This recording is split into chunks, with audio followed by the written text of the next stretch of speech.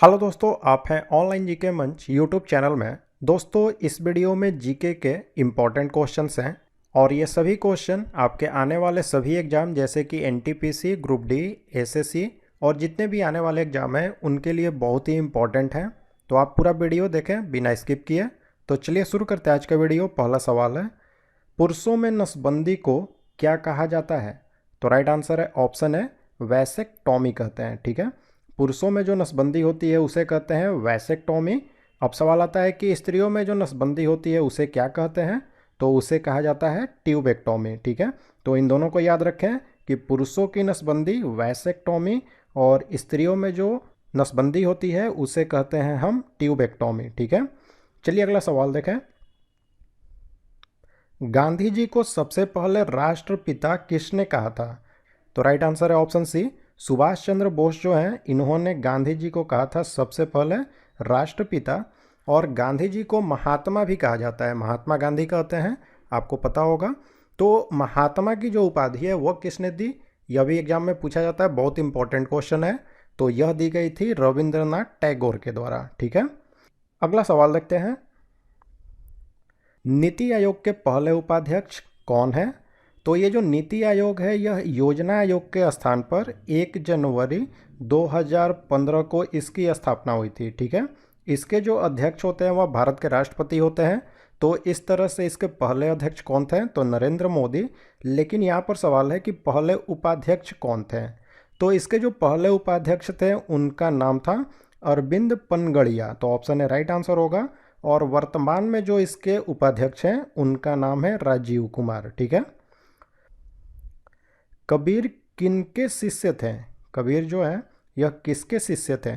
तो right answer है option B, Ramanand जो है इन्हीं के शिष्य थे कबीर। ठीक है, यानी कि कबीर के गुरु कौन थे? तो रामानंद जी।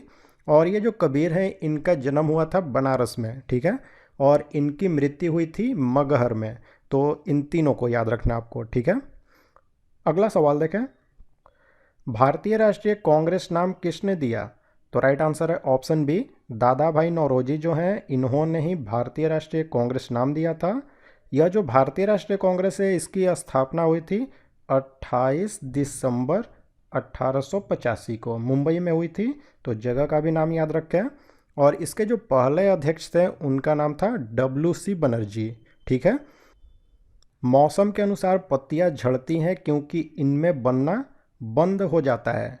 तो राइट आंसर है ऑप्शन डी, ऑक्सिन जो है वह पौधों में बनना बंद हो जाता है जिसके कारण पत्तियां जो हैं वह झड़ने लगती हैं। ठीक है, नेक्स्ट क्वेश्चन है, सरकारिया आयोग संबंधित है। तो देखिए ये जो सरकारिया आयोग है इसका गठन हुआ था 3 जून 1983 को। ठीक है, और इसके जो अध्यक्ष थे वे थे न्यायमूर्ति राजिंदर सिंह सरकारिया। तो इसके कारण इसका नाम पड़ा सरकारिया आयोग। और इसका जो संबंध है वह केंद्र और राज्य के संबंध से संबंधित है। ठीक है, तो राइट आंसर हो जाएगा ऑप्शन बी, केंद्र राज्य संबंध से। ठीक है, नेक्स्ट क्वेश्चन है, हमारी आकाशगंगा के सबसे नज़दीक स्थित आकाशगंगा कौन सी है? तो हमारी आकाशगंगा जो है उसका नाम है मंदाकिनी।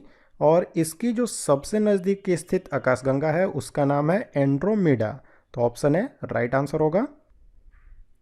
भारत का कौन सा राज्य शक्कर का कटोरा यानी कि चीनी का कटोरा कहलाता है?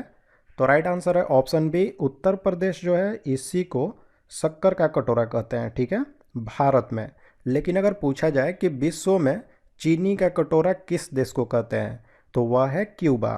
तो इन दोनों को याद रखना आपको। ठीक है, नेक्स्ट क्वेश्चन है, व्हाइट स्टोन ब्रिज से क्या मापा जाता है? तो व्हाइट स्टोन ब्रिज जो है इससे हम मापते हैं प्रतिरोध को यानी कि रेजिस्टेंस को। तो ऑप्शन सी राइट आंसर होगा। और यह जो प्रतिरोध है इसका मात्रक क्या होता है? तो वह होता है ओम। ठीक है, और इसका जो चिन्ह होता है वह इस तरह से होता है, ओम जो होता है इसको ऐसे हम दिखाते हैं। ठीक है,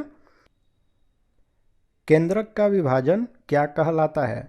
देखिए कोशिका में जो केंद्रक होती है उसके विभाजन को हम कहते हैं कैरियोकाइनेसिस। तो ऑप्शन बी राइट आंसर होगा। लेकिन जीव द्रव्य का जो विभाजन है उसको क्या कहते हैं? यह भी काफ़ी इंपॉर्टेंट क्वेश्चन है। तो उससे हम कहते हैं साइटोकाइनेसिस। तो इन दोनों में आपको अंतर याद रखना है कि कैरियोकाइनेसिस जो है वह केंद्रक का विभाजन होता है यानी न्यूक्लियस का, और जो कोशिका द्रव होती है उसका विभाजन कहलाता है साइटोकाइनेसिस। ठीक है। राज्यसभा का गठन कब हुआ था? तो राज्यसभा का गठन हुआ था 3 अप्रैल 1952 को, तो ऑप्शन डी राइट आंसर है। और जो राज्यसभा इसकी पहली बैठक हुई थी 13 मई 1952 को, तो इससे आपको याद रखना है कि 3 अप्रैल 1952 को इसका गठन हुआ था राज्यसभा का, लेकिन पहली बैठक हुई थी 13 मई 1952 को। और इसके जो पहले सभापति थे उनका नाम था डॉक्टर सर्वपल्ली राधाकृष्णन। देखिए, आपको तो पता है कि राज्यसभा के जो सभापति होते हैं वे भारत के उपराष्ट्रपति होते हैं। ठीक है। तो उस समय भारत के जो उपराष्ट्रपति थे वे थे डॉक्टर सर्वपल्ली राधाकृष्णन, तो इसके कारण यह पहले सभापति थे राज्यसभा के। ठीक है। नेक्स्ट क्वेश्चन देखते हैं। वायु में जल वाष्प की अधिकतम मात्रा कितनी हो सकती है? तो राइट आंसर है ऑप्शन बी 4% जो है वह हो सकती है जल वाष्प की ज़्यादा से ज़्यादा मात्रा। ठीक है। अब यह जो जल वाष्प होता है इसका काम क्या है? तो यह हमारी पृथ्वी की जो तापमान है उसको हमेशा सम बनाए रखने में मदद करता है। ठीक है। टिक्का रोग निम्न में से किस फसल से संबंधित है? तो यह जो टिक्का बीमारी है यह मूंगफली में होती है। इसमें होता क्या है कि जो मूंगफली के पौधे होते हैं उनकी पत्तियों पर धब्बे बन जाते हैं। ठीक है। और यह जो टिक्का बीमारी है यह फंगस से यानी कि कवक से होती है, तो इसे भी ध्यान में रखें। निम्न में से कौन एक दक्षिण भारत का नृत्य शैली है? तो राइट आंसर है ऑप्शन है कथकली जो है यह दक्षिण भारत की यानी कि केरल जो है वहीं की एक नृत्य शैली है। और इसके प्रतिपादक कौन थे? तो उनका नाम था गुरु गोपीनाथ। ठीक है। तो इसे भी याद रखें। नेक्स्ट क्वेश्चन है, सूफी आदेशों को किस नाम से जाना गया है? सूफी आदेश जो हैं उन्हें क्या कहा गया है? तो राइट आंसर है ऑप्शन है सिलसिला कहते हैं। ठीक है। कांजीरंगा नेशनल पार्क किसके लिए प्रसिद्ध है? तो ये जो कांजीरंगा नेशनल पार्क है यह स्थित है असम में, और इसकी स्थापना हुई थी 1905 ईस्वी में। ठीक है। और यह जो प्रसिद्ध है यह प्रसिद्ध है एक सींग वाले गैंडे के लिए, तो ऑप्शन सी राइट आंसर होगा। और यह जो कांजीरंगा नेशनल पार्क है इसको यूनेस्को जो है इसने अपनी विश्व धरोहरों की जो सूची है उसमें भी शामिल किया है, तो इन सब को याद रखें। खालसा पंथ की स्थापना कब हुई थी? तो खालसा पंथ की स्थापना हुई थी 1699 ईस्वी में।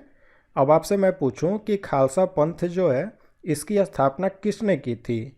तो इसकी स्थापना की गई थी सिखों के जो 10वें गुरु थे और अंतिम गुरु भी थे गुरु गोविंद सिंह, उनके द्वारा। ठीक है। विश्व प्रसिद्ध अंगोरा ऊन किस जानवर से प्राप्त किया जाता है? तो राइट आंसर है ऑप्शन सी खरगोश जो है इसी से अंगोरा नाम का जो ऊन है वो प्राप्त किया जाता है। और एक और प्रसिद्ध ऊन का प्रकार है जिसका नाम है पश्मीना। तो यह भी सवाल आता है कि पश्मीना ऊन जो है वह किस जानवर से हमें मिलती है?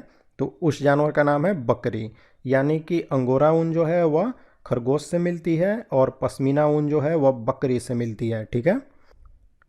मानव निर्मित पहला कृत्रिम रेशा कौन सा है? तो राइट आंसर है ऑप्शन बी नायलॉन। ठीक है। यह जो नायलॉन है यह पहला मानव निर्मित कृत्रिम रेशा है, और यह बनता किससे है? तो यह बनता है इथिलीन के बहुलीकरण से। ठीक है। नेक्स्ट क्वेश्चन है, कागज का आविष्कार कहाँ पर हुआ था? तो कागज का आविष्कार हुआ था चीन में, लेकिन कागज का अभी सबसे ज़्यादा उत्पादन किस देश में होता है? तो वह होता है कनाडा में। ठीक है। झूलती मीनारों वाली मस्जिद कहाँ स्थित है? तो राइट आंसर है ऑप्शन बी गुजरात के अहमदाबाद में स्थित है। यह जो झूलती मीनारों वाली मस्जिद है यह सीदी बशीर मस्जिद जो है उसी को कहा जाता है। ठीक है। ऐसा इसलिए कि यहाँ पर आप किसी एक मीनार को हिलाते हैं तो दूसरी वाली जो मीनार है वह कुछ समय के अंतराल के बाद अपने आप हिलने लगती है। ठीक है। चलिए अगला सवाल देखें। पदार्थ का परमाणु सिद्धांत किसने प्रतिपादित किया था? तो राइट आंसर है ऑप्शन सी डाल्टन जो है इन्होंने ही दिया था। देखिए, ये जो पदार्थ का परमाणु सिद्धांत है इसके अनुसार कोई भी जो पदार्थ है वह एकदम छोटे छोटे अविभाज्य कणों से मिलकर के बना होता है और उसे हम परमाणु कहते हैं। ठीक है। और यह सिद्धांत दिया था डाल्टन ने। तो राइट आंसर है ऑप्शन है पेडोकॉल कहा जाता है। ठीक है। राज्य विधानसभा में धन विधेयक किसकी पूर्व अनुमति से प्रस्तुत किया जा सकता है? तो राइट आंसर है ऑप्शन डी, राज्यपाल जो है उसकी पूर्व अनुमति के बगैर हम राज्य विधानसभा में धन विधेयक को प्रस्तुत नहीं कर सकते हैं, ठीक है। और अगर आपसे पूछे कि यह संविधान के किस अनुच्छेद में है, तो यह है 207 अनुच्छेद में, ठीक है।